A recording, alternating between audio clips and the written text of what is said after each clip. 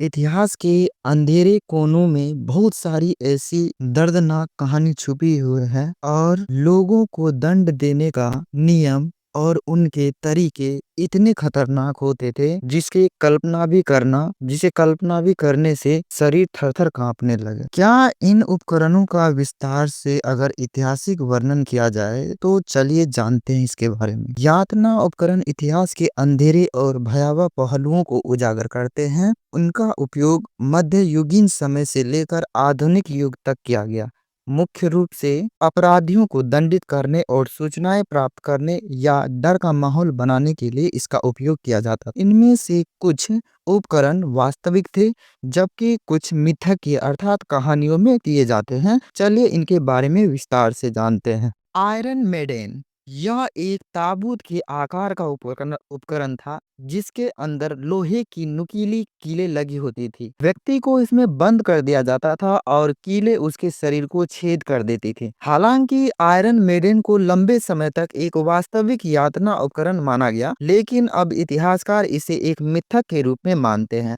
इसका पहला उल्लेख 18वीं शताब्दी में किया गया था, जबकि इसका उपयोग मध्ययुगीन युग में बताया जाता है। दूसरे नंबर पर आता है द रैक। यह एक लकड़ी का एक बड़ा फ्रेम होता था, जिसमें व्यक्ति के हाथ और पैर बांध दिए जाते थे, जैसे कि पिक्चर में दिखाए गए हैं। उपकरण को घुमाने पर शरीर को खींचा जाता था, जिससे जोड़ों से असहनीय दर्द होता था। अगर इनके इतिहास के बारे में बात करें तो रैक का इस्तेमाल यूरोप में मध्ययुगीन काल में किया गया। इसे कैथोलिक चर्च द्वारा एक्विजिशन के दौरान भी इस्तेमाल किया गया था। इक्विजिशन का मतलब है यहाँ पे एक न्यायिक प्रक्रिया से, और ये धार्मिक आंदोलन था जिसे मुख्य रूप से कैथोलिक चर्च द्वारा यूरोप में 12वीं शताब्दी से शुरू किया गया था।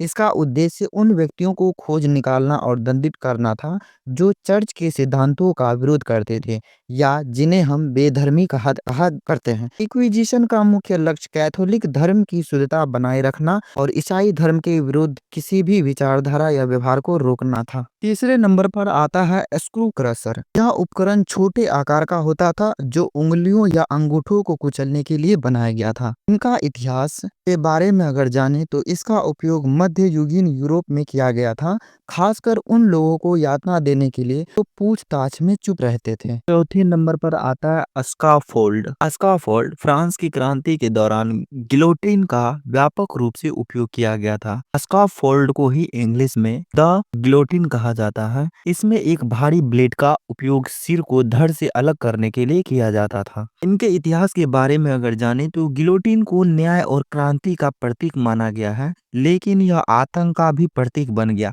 इसका इस्तेमाल 1790 के दशक में फ्रांसीसी क्रांति के दौरान किया गया था। पांचवें नंबर पर आता है द बेजन्स बुल। यह तांबे की बनी हुई एक बड़ी बैल के आकार की मूर्ति थी, जिसमें व्यक्ति को बंद करके नीचे से आग जलाई जाती थी। इतिहास द ब्रेजन बुल के इतिहास के बारे में अगर बात करें तो यह यातना उपकरण प्राचीन ग्रीस में इस्तेमाल किया जाता था। इसके निर्माता पेरिलस ऑफ एथेंस को ही इसका पहला शिकार बना दिया गया। यानी कि कह सकते हैं कि ब्रैंज बुल को बनाने वाले उपकरण, यानी कि जिस व्यक्ति ने इस उपकरण का निर्माण किया था या खोज किया था, सबसे पहले वही व्यक्ति इस ब्रेजन बुल उपकरण का शिकार बना। छठे नंबर पर आता है जुडास क्रैडल। जुडास क्रैडल यह एक नुकीले पिरामिड जैसा उपकरण था, जिस पर व्यक्ति को उसके वजन के बल पर बिठा दिया जाता था। इसका उपयोग इतिहास में मध्ययुगीन यूरोप में इक्विजिशन के दौरान किया गया था। जैसा हमने पहले भी बताया